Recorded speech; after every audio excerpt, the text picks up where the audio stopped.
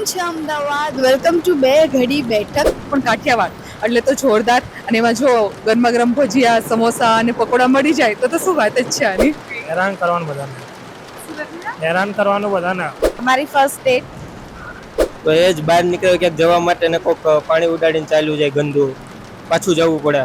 એ જ છે ને નદી નહીં, હોંકળો નાનો અમારે વાડી પર જાય ને તો આવે. તો એ હોંકળામાં અમે ગાયું અમારે લેવા ગયા હતા ધોવા માટે ઘરે. આજના વિડીયોમાં આપણે વરસાદ વિશે વાત કરવાના છીએ. અમદાવાદના લોકોને મળીએ, જોઈએ કે વરસાદના અલગ અલગ પ્રશ્નો પર કેટલા ઇન્ટરેસ્ટિંગ જવાબો આપણને મળે છે. વિડીયો બહુ જ મસ્ત હશે, મને ગેરંટી છે. છેક સુધી જોજો અને ગમે તો તમને ખબર જ છે તમારે શું કરવાનું છે. લાઈક કરો, તમારા ફ્રેન્ડ્સ ફેમિલી બધાને શેર કરી દો અને કમેન્ટ્સમાં જરૂરથી કહેજો કે નેક્સ્ટ ક્વેશ્ચન અમે શું રાખીએ કે કઈ લોકેશન પર જઈએ. અને વિડીયો એન્જોય કરો. વરસાદની તમારી સૌથી ફેવરેટ વાનગી કઈ છે? એક ફૂડ આઈટમ જે વરસાદમાં તો ખાવી જ પડે. ભજીયા. બીજી કોઈ ખરી કે? બીજી તો ચાલે બધી, પણ ભજીયા પેલા એમ દાળવડા. દાલ બાટી. દાલ બાટી. આ નવું હતું, અમને હજી સુધી કોઈ દાલ બાટી નથી કીધું. ગરમા ગરમ ભજીયા, સમોસા અને પકોડા મળી જાય તો શું વાત જ છે આની. અમારી સૌથી ફેવરેટ વાનગી ભજીયા છે. ડુંગળીના, બટેકાના એના ભજીયા વધારે બનતા હોય એમ. ચોમાસાની વાનગી અમારી ફેવરેટ એ છે. ઢેબરા, થેપલા. ચાય એન્ડ બ્રેડ પકોડા. વરસાદમાં એક સરસ મેમરી કોઈ હશે તમારી, તો એ શું હશે? મારી ફર્સ્ટ ડેટ. એ થોડુંક જરાક એલેબરેશન કરીને અમને જાણવા મળે તો. કે જ્યારે ફર્સ્ટ ટાઈમ મતલબ મારી એન્ગેજમેન્ટ થઈ હતી અને અમે લોકો જ્યારે બહાર ગયા એ વખતે વરસાદ હતો ને એની બહુ સારી મેમરીઝ અમે ક્રિએટ કરી. Nice nice. વરસાદને લઈને સૌથી સારામાં સારી મેમરી કહી શકું ને તો મારી સ્કૂલની છે. જ્યારે હું નાની હતી ત્યારે સ્કૂલમાં હતી ને ત્યારે અમને વરસાદ ફૂલ આવી જતો અને પહેલાંના તો શું મકાન પણ નીચા હતા બધા, તો એવું થતું કે પાણી ભરાઈ જતું સ્કૂલમાં. અને અમારી સ્કૂલ પણ નીચેલા ઢાળવાળી હતી તો પાણી અહીંયા ઠીક આપણે પગ સુધી આવી જતા, પાણી ત્યાં સુધી નહોતો. અને ત્યાંથી સર અમને પછી જ્યારે ઘરે મૂકવા આવે ને બેગ ત્યાં ને ત્યાં સ્કૂલે રહીએ ને, એ જોરદાર મેમરી છે અમારી કે આવીને ઘરે હોમવર્ક નહીં કરવાનું અને એ નિરાતે રહેવાનું. એટલે એ તમને પ્લસ પોઈન્ટ મળતો. હા, નાઈસ. હજી કોઈ વસ્તુ હોય કે જે તમે વરસાદમાં સ્પેસિફિકલી કરતા હોય કે વરસાદ આવે એટલે આ કરું, તો એ શું હશે? વરસાદ આવે ને ત્યારે ખબર પડી કે વરસાદ આવે છે એટલે સૌથી પહેલા ગમે સિચ્યુએશનમાં હોય જઈને નાવા માંડવાનું. વરસાદમાં પલળી જવાનું. ભલે તમે બહાર છો કે એવું નહીં કે હું બહાર છું ક્યાંયથી ત્યાં પહોંચી શકીશ કે નહીં પહોંચી શકું, વરસાદ આવે છે પલળી રહેવાનું છે. મસ્તી તો એવી બધી નથી કરી કેમ કે વરસાદ ગમતો જ નથી પહેલેથી, એટલે બહાર જ નથી નીકળતા વરસાદમાં. હેરાન કરવાનું બધાને, હેરાન કરવાનું બધાને. પડ્યા પછી ડાયરેક્ટ ઘરમાં જઈએ, પછી બોલા મમ્મી પપ્પા એ વધારે ગમે કે ટ્રાય કરવાનું ને બહાર ફરવાનું. Nature lover. મેમરી તો એમાં શું પાણી ઉડાડીને ચાલ્યા જાય, એ જ મેઇન પ્રોબ્લેમ તો છે. અને અગર વરસાદમાં કોઈ એક વસ્તુ કરવાની હોય તો એ શું કરવું ગમે તમને? વરસાદમાં બસ બાઇકિંગ. હા, એ છે ને એવું હતું. એકવાર અમે ઓગસ્ટના મેળામાં ગયા હતા તો ત્યાં કણે બહુ જ વરસાદ આવ્યો હતો, તો બહુ બધા પલળી ગયા અને અમે જુઓ તો બધા આખા પલળી ગયા અને ગારો ગારો થઈ ગયો.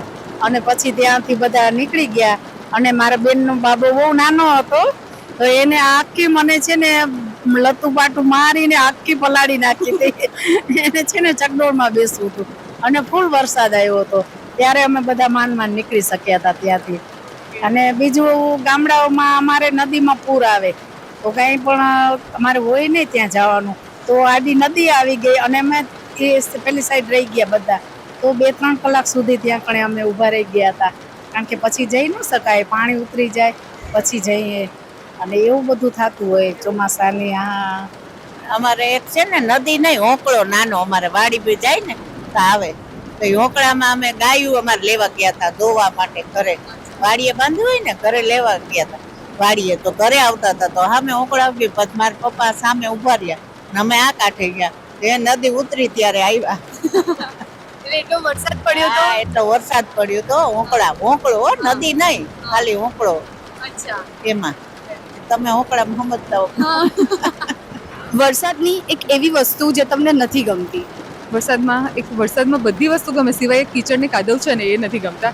જ્યારે બરોબર રમવા જાય છે અને ચાલો વરસાદ આવી ગયો, મોજ મસ્તી થઈ ગઈ, પણ બીજા દિવસે જ્યારે સ્કૂલે જાય છે અથવા તો ઓફિસે જઈએ છીએ ને ત્યારે જે કીચડને કદરો છે ને એ એક નથી ગમતો.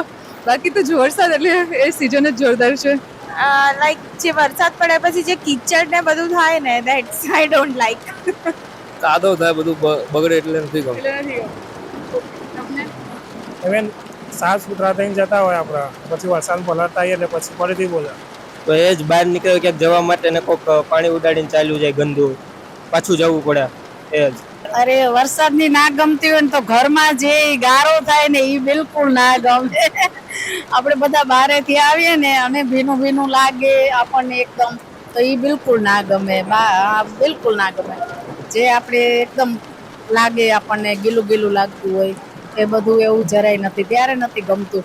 આમ વરસાદ બહુ ગમે છે, ઘરમાં નથી ગમતું, કાંઈ ગંદુ થાય ને એટલા માટે નથી. મને આમાં ઘરમાં વાસ આવે, કપડા ભીના લઈને આવીએ એવું ન ગમે. ભેજ વાળું બધું થઈ જાય. પણ હોય ને ભેજવાળું બહુ વાતાવરણ થઈ જાય એટલે પછી ના ગમે. બધું થોડોક ટાઈમ જ ગમે. વરસાદ ગમે પણ થોડો ટાઈમ એમ. ઘરમાં પાછું ગંદુ થાય એ ના ગમે. બરોબર છે, એકદમ બરોબર. Done, thank you so much. Okay, તમે અહીંયા સુધી પહોંચ્યા એટલે તમને વિડીયો ગમ્યો ખરી. તો ગમ્યો છે તો એને લાઈક કરો.